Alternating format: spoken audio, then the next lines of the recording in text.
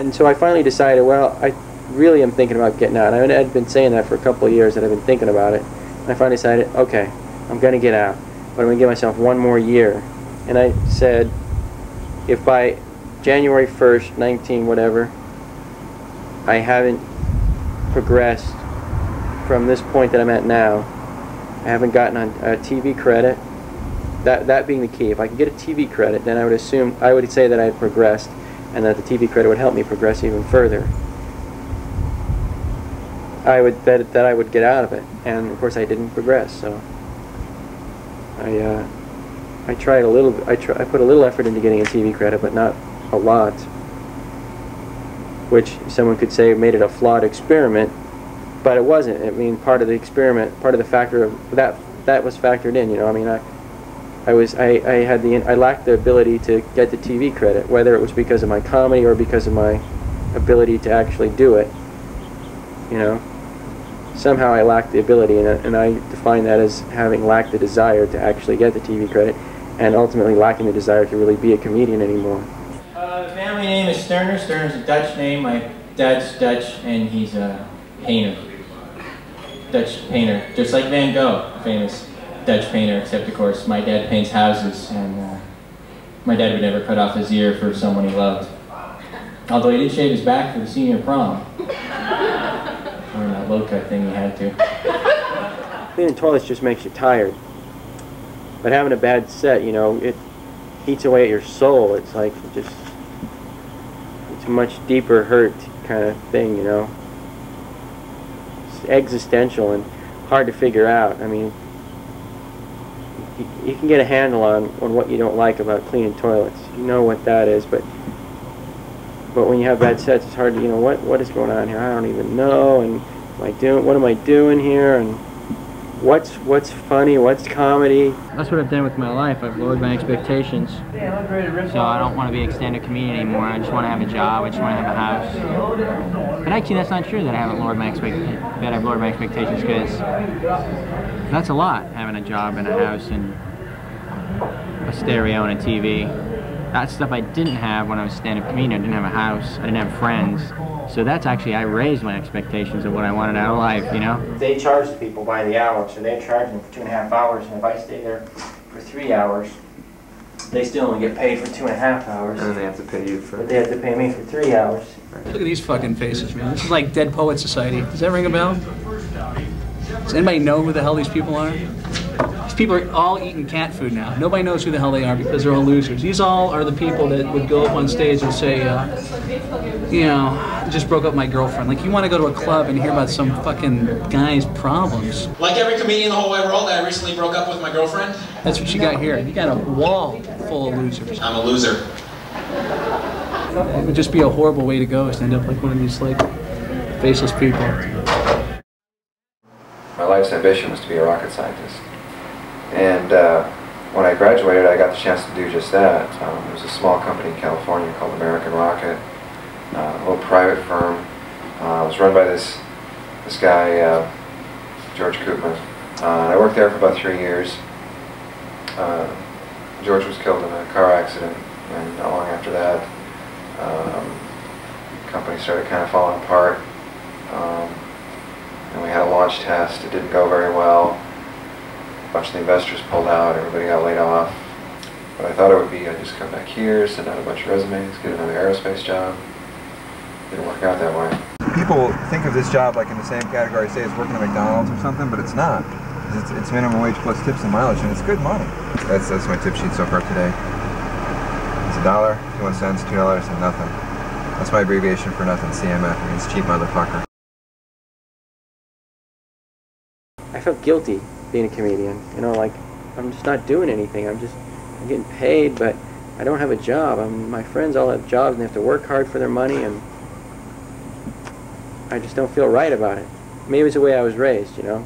Dad's a construction worker, and he worked hard and came home tired. And this is like the major difference, say, between me and Paul. Because he's got a good job. He's got a, you know, like a professional level, nice job. I mean, as long as he's working a job like that, comedy will just be a hobby for him. I finally said to myself, you know, I got to get a TV credit. I don't really want a TV credit, but I have to do that if I'm going to progress at this point. I almost fell asleep during my act. California is crawling with comics. There's lots of them there. No shit. But most of them really aren't that great. I mean, the ones I've seen so far. There's lots of comics who don't even bother with California. You know? There's lots of comics I know who it's flooded, man. The market's flooded. Yeah, you know, they make a real decent living just traveling around to clubs elsewhere. But see, that's, you know, I'm not into it. I'm not doing this to make a decent living. I'm doing it to be famous. And I'm pretty happy not being a comedian right now. I mean, I still have an outlet. I get to go to Laughs and try out any jokes that might get stuck in my head, which is important because if I didn't have an outlet, they would get stuck in my head, and I would think, is that funny? I don't know. But now I can go down and say, no, that's not funny. You know, yes, that is funny. So I have that. I have a house. I have a job. I'm not that happy with the job. That's okay. I'm working on getting a better job. And now I have a fiancé, and we're going to be married, and so that's good. So I'm pretty happy with all those things. If I could just get a slightly better job, another $1 or $2 an hour, I think that my life would be pretty damn perfect. The important thing is not to fuck anybody over, and just really try to be as decent of a person as you can and not fuck anyone. Because that kind of filters through the industry, and then there's like reputations about you here and there, which you'll always have because if you're good at something, people are always going to hate you. Raising your voice once or twice, you know, just doing it, you know, as like a reference to Sam Kinison. He did 5 minutes of Kinison, you know, and it's like nobody wants to see that, you know. If people have it on videotape, they want to see it. It's just like, get your own act, you know. Oh, Jesus! Oh, sure, yeah, I fucking hurt you, man. But I don't have to spend the rest of my life in hell hanging out with John Holmes going, oh, yeah, thanks, like, hang on me. And the first time I came out here, everybody is so supportive here.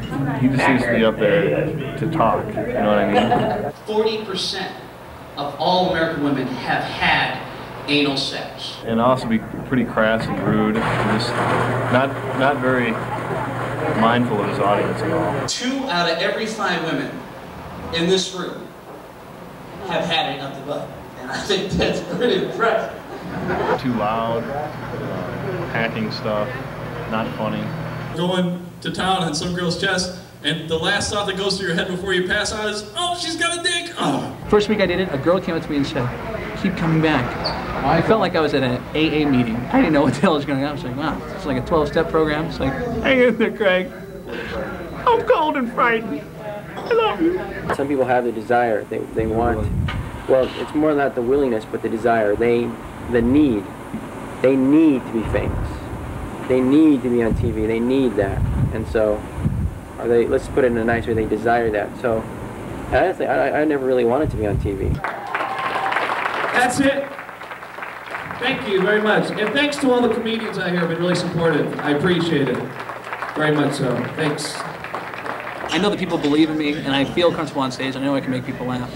And I'm very comfortable with it. And if something good comes out of it, that's the icing on the cake. I don't need to be on TV. I don't need anything like that.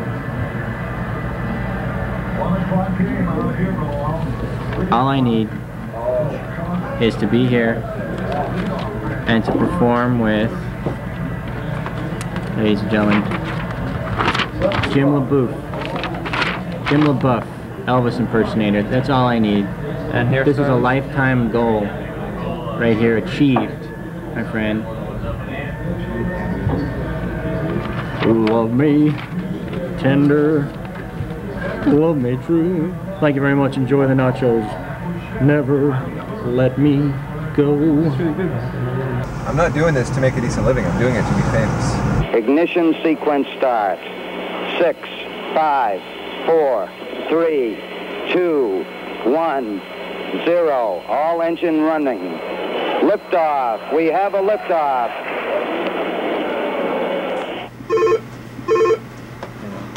Personnel, Bob. Of course, now I realize that probably would have been better to be the funniest busboy in the world.